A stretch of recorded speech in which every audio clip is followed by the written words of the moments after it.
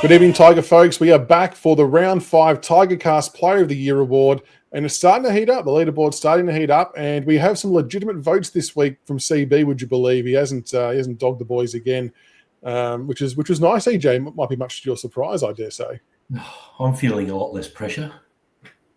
I mean, we were a week away from an executive order, weren't we? We were. He's definitely on notice. Oh, I've just forgotten. That's what I was supposed to do tonight. Anyway, let's move on. Oh, no, executive order. And Grog, welcome back for the votes. Yeah, good to be back. Second time back. I haven't missed a few weeks, but looking forward to it. Okay, well, with that said, let's get stuck into the votes for this week for round 5.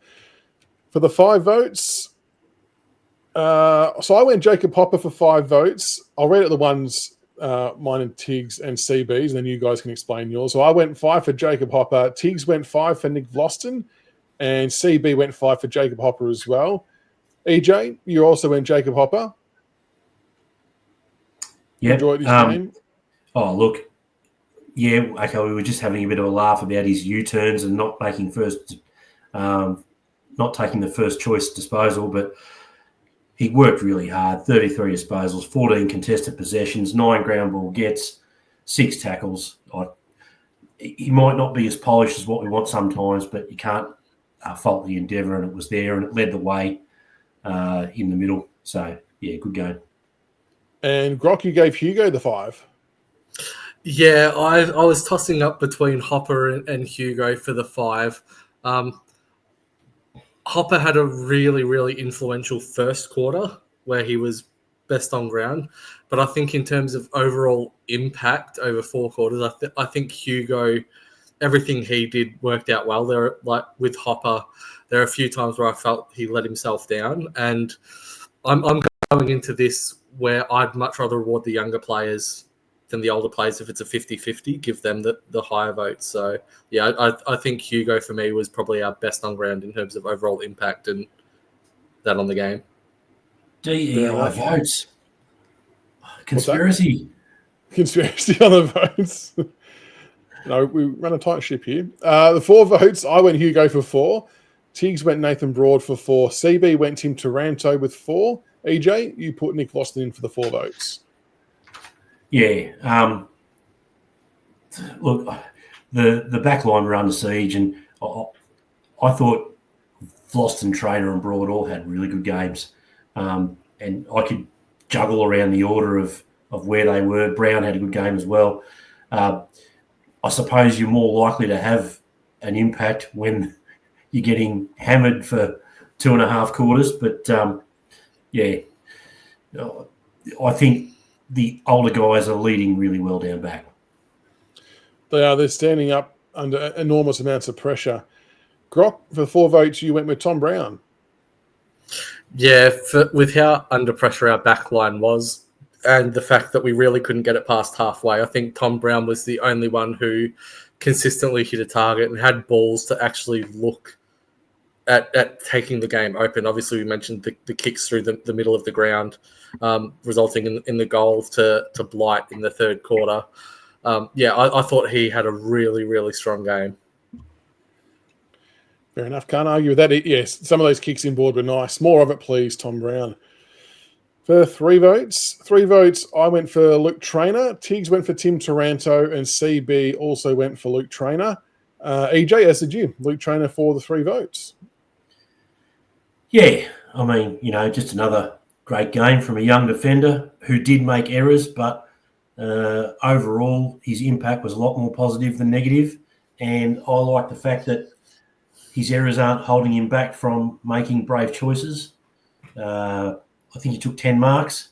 Mm-hmm. So, he's doing a great job down back.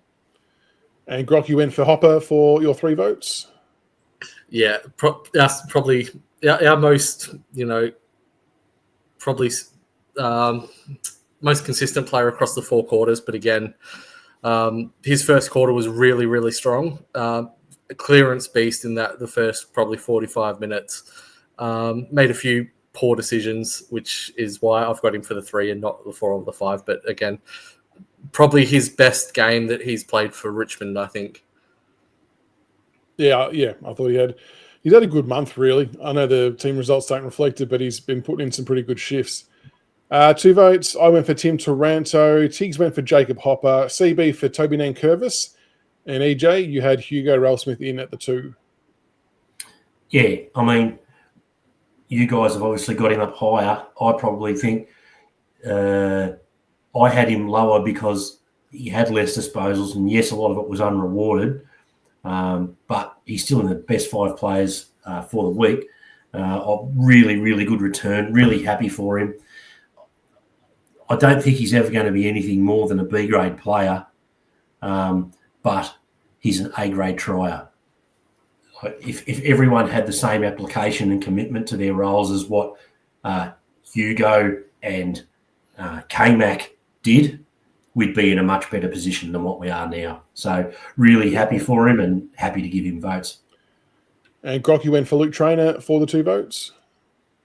Yeah, another solid game. Obviously, the 22 disposals, the 10 marks. A bit unlucky that a kid named Archie Roberts from Essendon had 28 disposals and had a really good game and got the Rising Star, because I thought after his game he was a really strong chance. The one thing that I really liked about Trainer was just his attitude. He stuffed up a few kicks, but he didn't get down on himself. He got straight back up and got on with it. And early on in the game was probably the first minute and a half, 2 minutes, got absolutely crunched by Tracy and straight back up and got back on with it. Like, really loved that kid and thought that was another really solid game for a 5-gamer. And for the 1 votes, I've gone for Tom Brown. Tiggs went for Nankervis. CB, also Tom Brown. EJ, you've gone with Nathan Broad.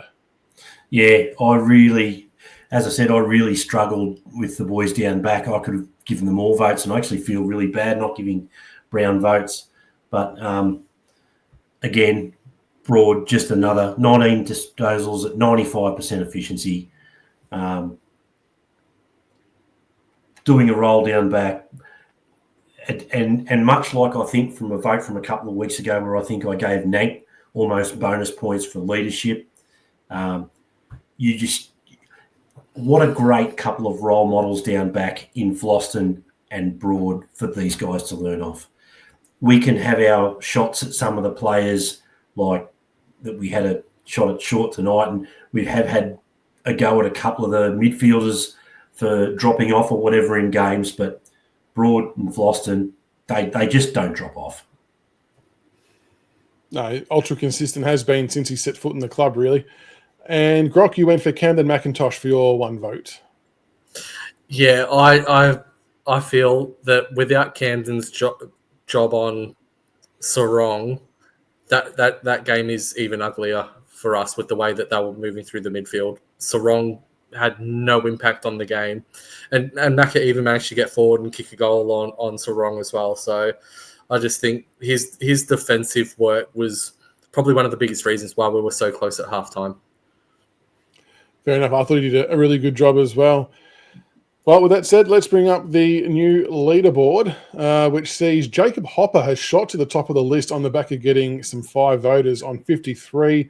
Nankervis second on 43 votes. Seth Campbell on 37. Tim Taranto 26. Luke Trainer 26. How good is it?